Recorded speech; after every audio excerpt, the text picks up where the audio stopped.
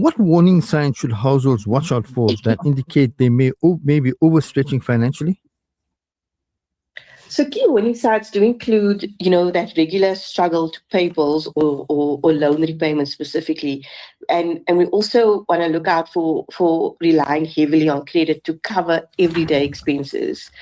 You also need to be checking your credit statements, in terms of what's happening and any behaviors or any fraudulent activity as well. So the study does show us that 36% of consumers actually tell us that there's a very good chance that they might miss a bill payment, which is also a signal of strain.